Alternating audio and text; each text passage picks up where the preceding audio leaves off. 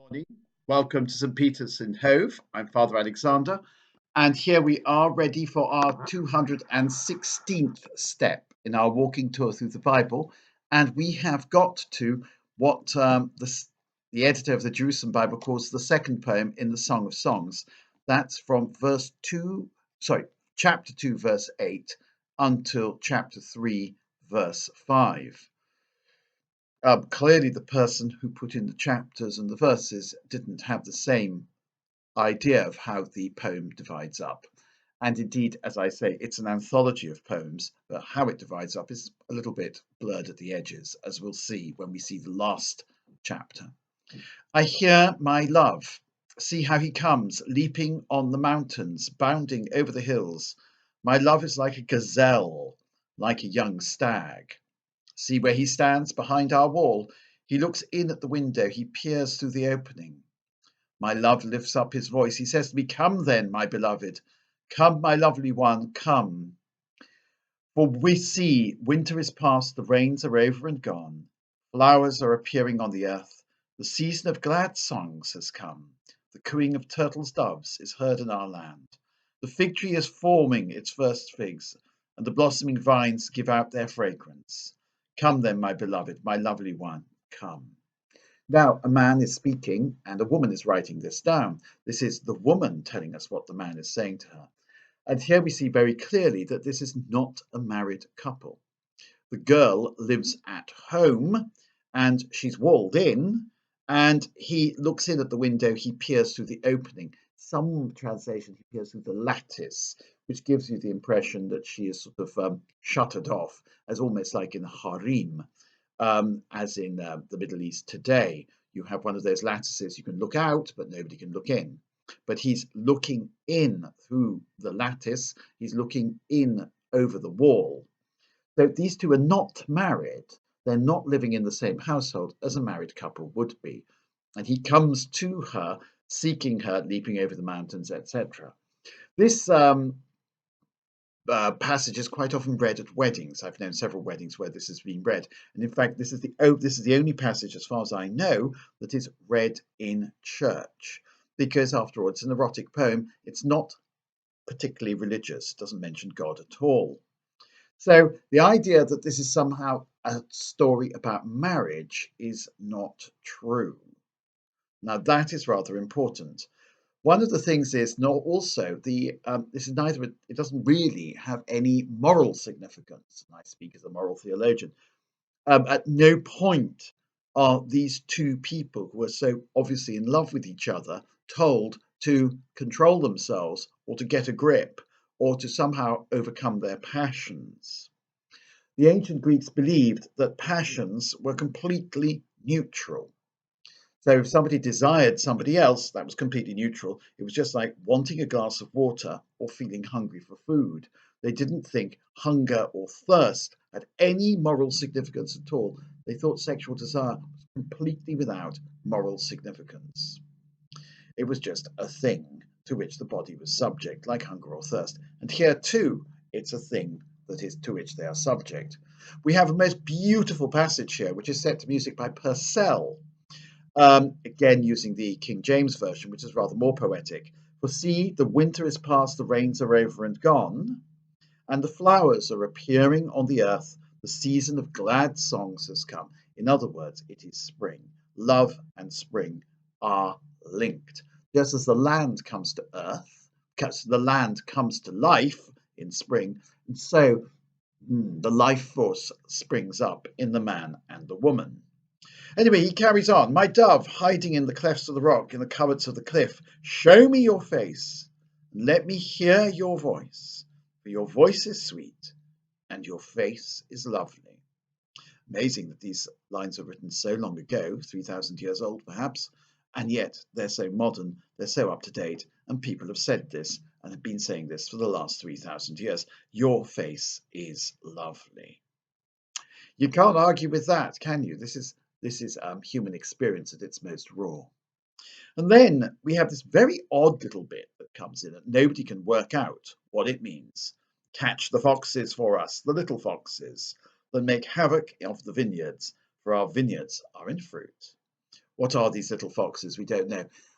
If you look at the Ronald Knox version, he says that this is some popular song, part of a popular song has been inserted here, and also the footnotes in the Jerusalem Bible also say it's some fragment that's crept into the text, a fragment that somebody thought was worth preserving.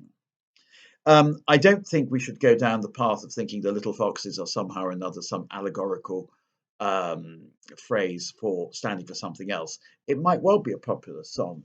It's a popular song that is embedded in the text, a bit like the way the great poet T.S. Eliot embeds bits of song, bits of popular song and not so popular song in the text of his poems, such as The Wasteland. It forms an objective correlative to the feelings of the speakers. In other words, she's so happy, she suddenly sort of bursts into song and says, "Catch the foxes for us, the little foxes, that make havoc of the vineyards, for our vineyards are in fruit." Those little foxes are anarchist animals. You catch them if you can, but you find it quite hard to catch a fox. And the other thing is, the foxes do what they like. They attack the vineyards. The foxes are wild creatures. And we too, we human beings, feel moments of wildness and anarchy when we are taken by our passions. So when she sings, "Catch the foxes for us," you won't. The little foxes, the ones who always get away, for they that make havoc in our vineyards, for our vineyards are in fruit. The havoc is actually in her heart rather than in the vineyard. This is a woman who is happy to be an anarchist, at least for now. Later on, she may regret it. That's a fact. My love is mine, and I am his. And here I think we have the whole poem summed up in one line. My love is mine, and I am his. He pastures his flock among the lilies. Again, that is just a little poetic line. It is an objective correlative to what the lover is doing. He's pasturing his flock among the lilies. It is an objective correlative to her feelings about how wonderful the lover is. Before the day breeze rises, before the shadows free, return, be my love. Like a gazelle, like a young stag on the mountains of Bether. On my bed at night I sought the man who is my sweetheart. I sought him but could not find him. So you see, he's gone. So I shall get up and go through the city, in the streets and in the squares. I shall seek my sweetheart. I sought but could not find him. So this is love, parting is such sweet sorrow, which is the thing we get in Romeo and Juliet. The lover has to go away, and she feels, if you like, the absence of the lover extremely keenly, so keenly that she goes out through the streets of Jerusalem, asking the night watchman, the police, have they seen her lover? I came upon the watchmen, those who go on their rounds in the city. Have you seen my sweetheart? Barely had I passed him when I found my sweetheart. My sweetheart, I caught him, would not let him go. Not till I had brought him to my mother's house, to the room where she conceived me.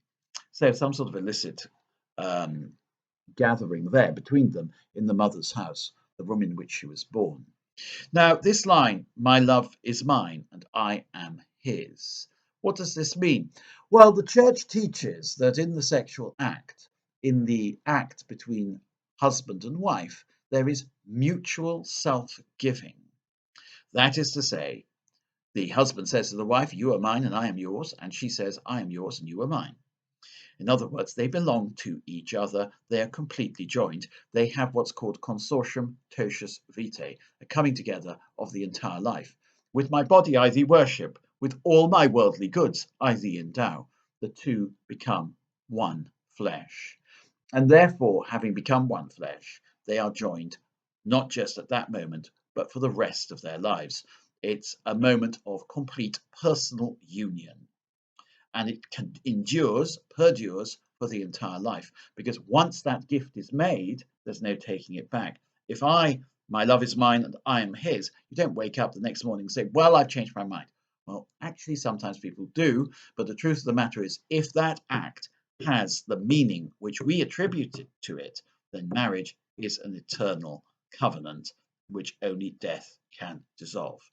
Moreover, marriage is not just the union of bodies, it's the union of hearts, it's the union of minds, and it is the union of worldly goods. So if you marry somebody, for better, for poorer, for better, for worse, for richer, for poorer, in sickness and in health, all the things that they are going to experience will become your experiences as well.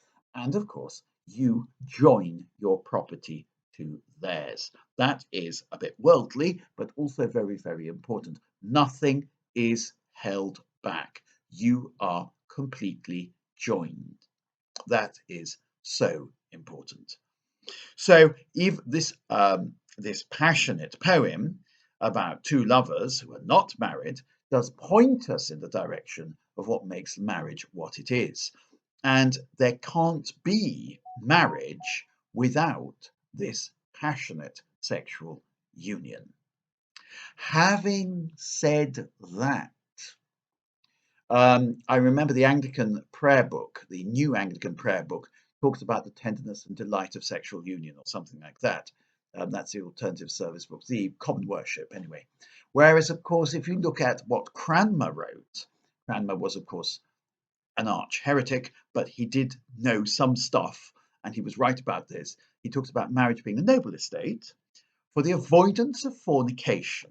In other words, he sees marriage as far more down to earth. He doesn't talk about, Cranmer himself, of course, was married. He doesn't talk about the tenderness and delight of sexual union. And of course, the tenderness and delight of sexual union may, in fact, be rather elusive, I would have thought, between some couples. It may be something that comes only once in a blue moon. Most of the time, you're sitting there or standing there helping each other with the washing up. And of course, one of the things that, as you read this poem, you ask yourself, well, this couple, they've got to come down to earth sometime. And when they come down to earth, will it be with a tremendous bump, or will they settle down to being that rather boring, anonymous married couple who are nevertheless very happy in each other's company? Let's hope they have a happy marriage, if indeed they do get married. There's no hint that they're going to get married, but let's hope for the best. I hope you've enjoyed that poem. We'll be going on to the next one very soon. Bye.